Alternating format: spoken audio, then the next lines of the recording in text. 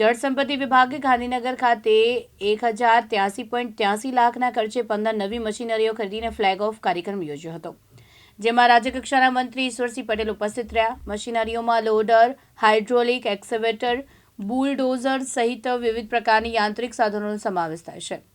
વિભાગ એન્યુઅલી અંદાજે 70 લાખ ઘનમીટર વધુ માટીકામ તેમજ કેનાલ ડેમના પાડાઓ પરથી જાડી ઝાંખરા દૂર કરવાની કામગીરી કરી છે.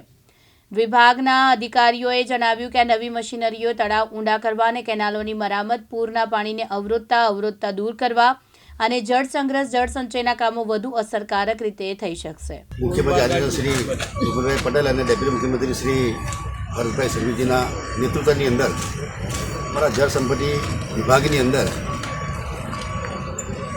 આજે 15 જેટલા જેસીબી કંપની, હિતાચી કંપનીના અને ડોઝરની ખરીદી કરીને 10 કરોડ 83 લાખના ખર્ચે ખરીદી કરી.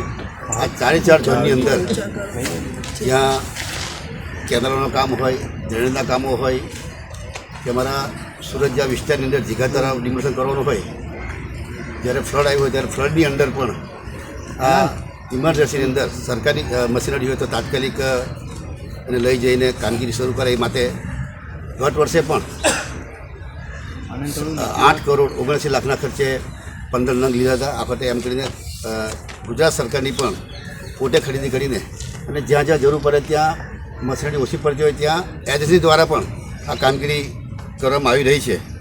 જ્યારે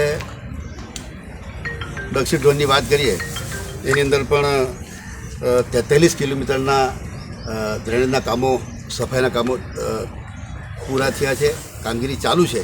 આવનારા દિવસોમાં ચોમાસા પહેલાં આ તમામ ડ્રેનેજો સાફ સફાઈ કરવાને કારણે જે વરસાદી પાણીનો જે ભરાવ થતો હતો એનો પણ નિકાલ થવાનો છે.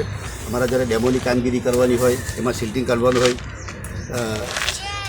ઘર વખતે જરૂર પડે ત્યારે આ મશીનરી દ્વારા કામગીરી થઈ શકે એ માટે રાજ્ય સરકાર કટિબદ્ધ છે.